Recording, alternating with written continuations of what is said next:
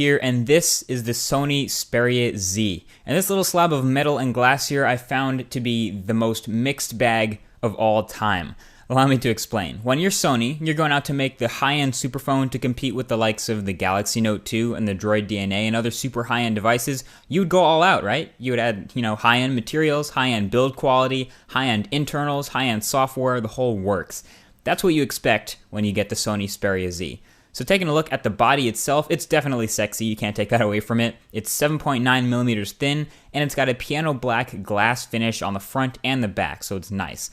There's a 13.1 megapixel rear-facing camera and LED flash on the back, and all around the phone has a pretty solid button layout. The power button itself is a great button. It's really big and easy to press and not too sensitive, which is nice, doesn't go off in your pocket. So the whole right-hand side is basically the power button, the volume rocker, which is less easy, and the SIM card tray. And on the left-hand side, you have your micro SD card slot, which is covered, but that allows for expandable storage. So notice that all around this device, all the ports are covered and sealed by plastic flaps. This isn't actually a bad thing. This is a good thing because when all these flaps are closed, the Xperia Z is water resistant for up to half an hour in 3 feet of water. So this thing's actually a bit rugged. They were demoing it just like that at CES. So if you ask me, this is a pretty tough device. Every single important thing about this device has something hugely awesome about it and something hugely disappointing about it. Everything about this device. So starting, let's take a look at the camera. It's half awesome with a 13.1 megapixel sensor. Extremely fast performance, I noticed. It takes pictures and burst shots very, very quickly. And it can take 1080p HDR video, so the capabilities are really high, and the very intelligent and fast autofocus is really pleasing.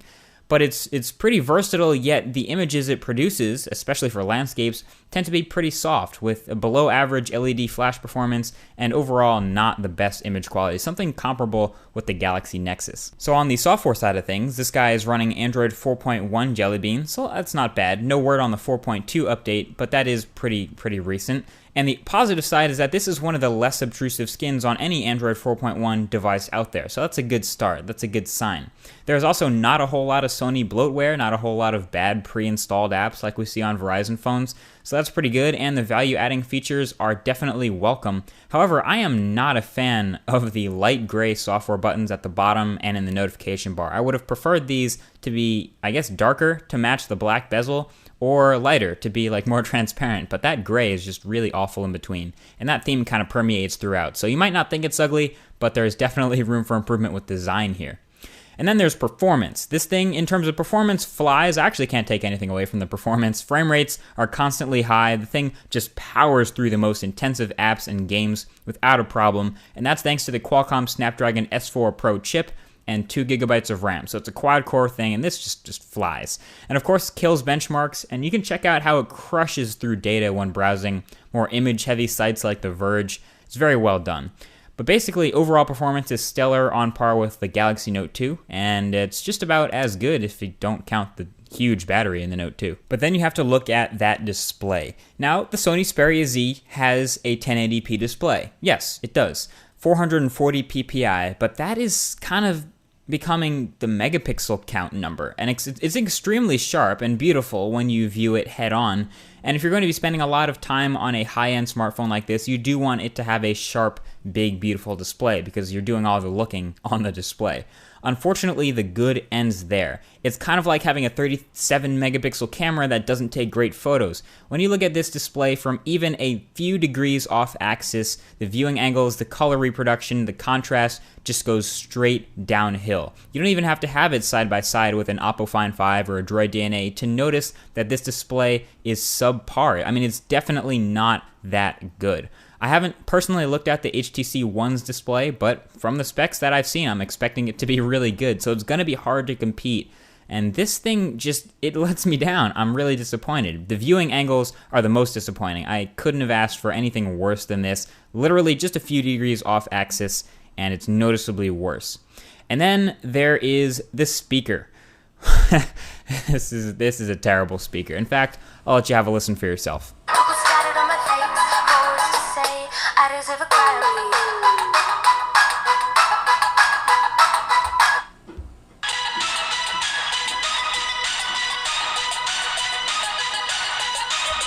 So this Xperia Z has its ups and its downs. Like, it has its really, really high ups and its really, really far downs. I know it's going to be hard to compare this to the HTC One and the Droid DNA, but it's going to be compared with those 1080p phones. It's going to be compared with the Galaxy S4 and anything else high-end that comes out this year.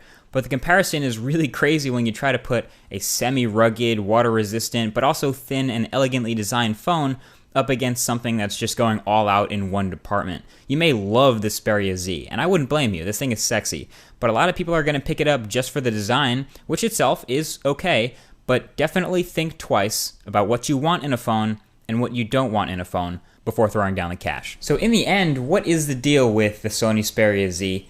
It is the biggest mixed bag ever. This phone has so many things that are good about it and so many things that are bad about it. Now, if it was all bad or all good, it would be easy to not recommend this phone or to recommend this phone. But you really have to pay attention to the goods and the bads and pick what you like about it and what you don't like about it. And if they match up with your values, you might still go for the Xperia Z. But for me, they don't align perfectly with the things that I've gotten used to enjoying about a phone. That being said, I still love the pixelency of a 1080p display, and I'm excited for the wars of the 5-inch 1080p smartphones this year, or even the HTC One, which is a slightly smaller than 5-inch screen, and it's 1080p. So I like the fact that we're seeing more 1080p phones now. But honestly, it's just getting to that point where you gotta make it good. If you're gonna have a 1080p display on a phone, it has to be a great display. And for the price point, this is just such a hard recommend. You really have to look at your values. Also, another interesting fact, and I guess a bit of a disclaimer, is this phone comes out of the box with a screen protector in the box, but it also comes with a very subtle screen protector already applied on the phone. It takes up the entire slab of glass, and the Sony branding on the front of the Xperia Z is actually attached to the screen protector. So if you take it off, it'll just be a perfectly blank black slab, which is kind of cool. But that screen protector is probably the cause of some of the issues I have with the display. But honestly, it's a little bit weird that you can't even really tell that the screen protector is applied. But I wouldn't take it off of the display, because taking it off would mean pretty much exposing that less than up to par display to the elements. And if you're going to have a ruggedized phone, you're probably going to want to leave that on. Which of course brings up the question, is this a slick, beautiful, designed well phone? Designer phone? Or is this a really tough, rugged, water-resistant phone? Because it's really hard to be both, and I guess Sony tried to be both, and that's where they ended up having some contradictions in this phone. Either way, the choice is yours. Do you like the Xperia Z? I think it's sexy, but again, it's all up to you. Leave a comment down below, the like button on this video, and the comment section is open, so you'll probably see me replying to comments down there. Either way, thank you for watching, and I'll talk to you guys in the next video. Peace.